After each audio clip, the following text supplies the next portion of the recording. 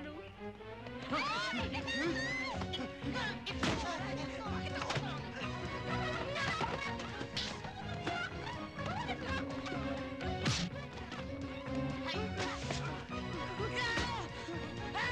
Walang hiya ka! Ano? Ha? Ano? Oh, ha? Ano ba? Hiya ka! Hiya ka! Ay, yung bagyan! Napakakain yun!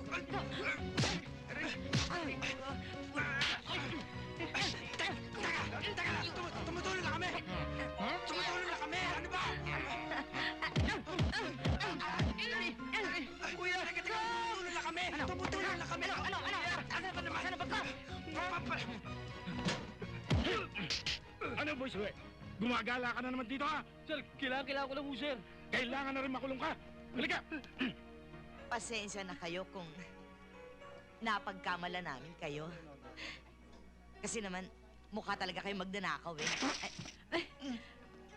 I'm sorry. Ang lakas mo palang sumampal. Hanggang ngayon nararamdaman ko pa ang bakas ng daliri sa mukha ko. Ay, siya nga pala. Ako nga pala po si Ayala.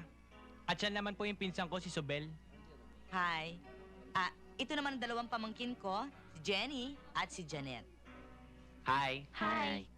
At ako naman, si Lilet. Just call me Ma'am Lilet. Janet? Ano yun, Zobel? Pwede magtanong? Sige, Sino yung gumugupit sa'yo? si Jaime. Bakit? Masama eh. Walang iya to. Kala mo naman ang ganda-ganda ng gupit niya. Ikaw, may boyfriend ka na? Ako? Wala pa eh. Yang ganda mong yan, hindi ka pa nagkaka-boyfriend? Huh? Ikaw naman. Wala pa talaga. Wala pa eh. Good. Good? Good. Batang-bata ka pa kasi. Kaya, dapat wag ka muna mag-boyfriend. Pero alam mo, sa totoo lang, mas masarap ang may boyfriend.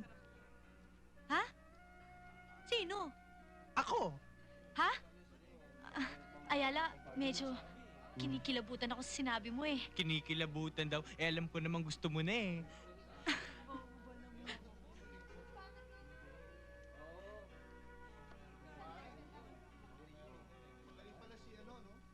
Zobel?